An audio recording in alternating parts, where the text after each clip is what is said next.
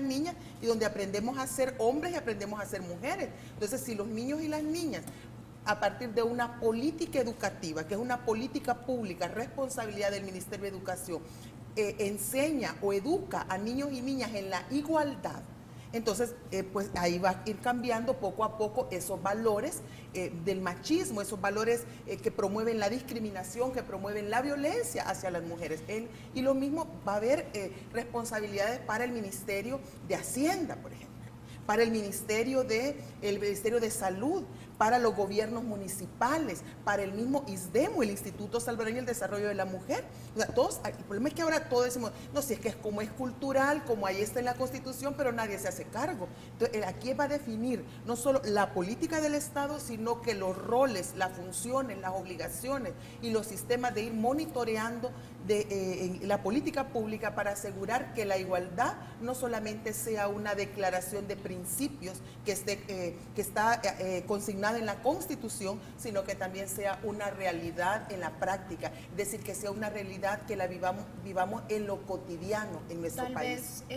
Tal vez nos pueden explicar miembros de las asociaciones que van a presentar esta ley, ¿no? Sí, ¿por qué hasta ahorita? O sea, ¿por qué presentarla hasta ahora cuando desde 1950 pues somos consideradas iguales por el artículo 3 de la Constitución? Aunque entendemos que hubo un anteproyecto en el 2004 y quedó archivado.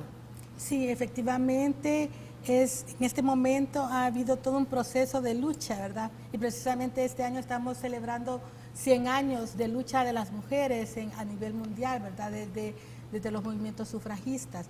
Pero el problema es que en El Salvador nosotras tenemos legislación que ha sido aprobada, digamos, la Convención para eliminar todas las formas de discriminación hacia las mujeres es una legislación que data de 1981.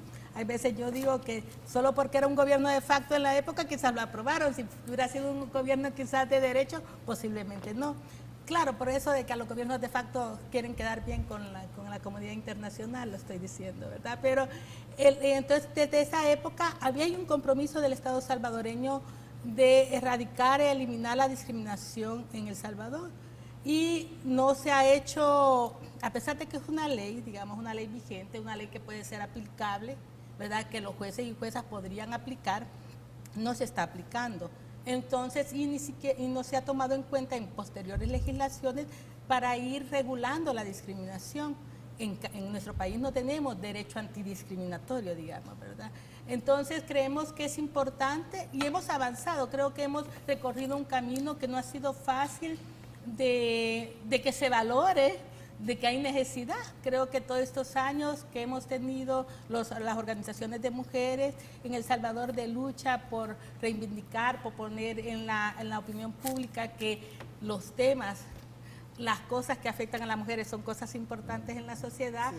Creo que ha sido toda una lucha. Creo que en el 2004 efectivamente se presentó una propuesta a la que nunca se le dio trámite, a la que nunca se le dio interés y nosotras hemos seguido intentando mejorarla, actualizando, porque ya hay toda una historia, digamos, en Latinoamérica de derecho antidiscriminatorio que también nos da otros nuevos elementos para tratar de mejorar una aplicación. Y quizás un poco con lo que decía Francesca, o tú, Ana, también, de que como una ley, ¿por qué una ley? Nosotras desde nuestro análisis del fenómeno legal, desde las corrientes feministas del análisis del fenómeno legal, vemos que el fenómeno legal está compuesto como de tres aspectos. Uno que es la norma, la norma sustantiva, lo que dicen las leyes, una que es la interpretación de la gente que aplica las leyes y otra que es la cultura.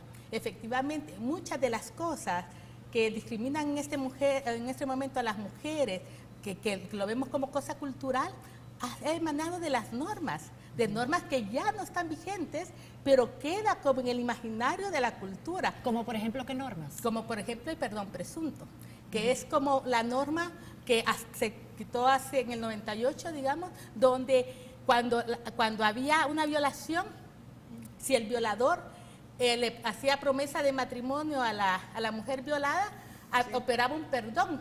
Y si tú ves, la gente piensa que si el violador se casa con su víctima, sí, es una forma de reparar el daño. ese tipo de Lo normas. hace mejor persona. ¿Sí? Porque, claro, Y se divorcia a los 2 días. Sí, lo que no se valoraba allí era la integridad de la mujer.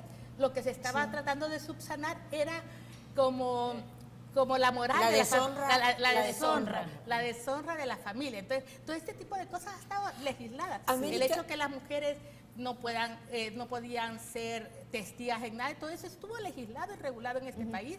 Y son hasta las reformas de 1980 que se eliminan ese tipo de artículos discriminatorios. Ana, tenemos que ir al corte. Guárdame la pregunta y después de este corte comercial regresamos. Sus preguntas y sus comentarios son muy importantes.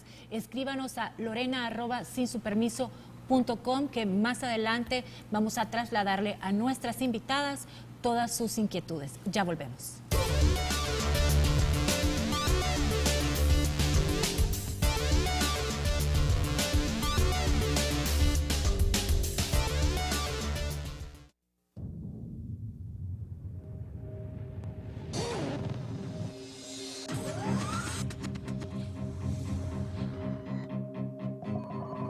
El inicio de una estrategia financiera desde los negocios y la actividad económica hacia toda Centroamérica. El Economista Regional, una revista especializada donde encuentras el panorama empresarial y los principales movimientos financieros. El Economista, el modelo regional de información económica.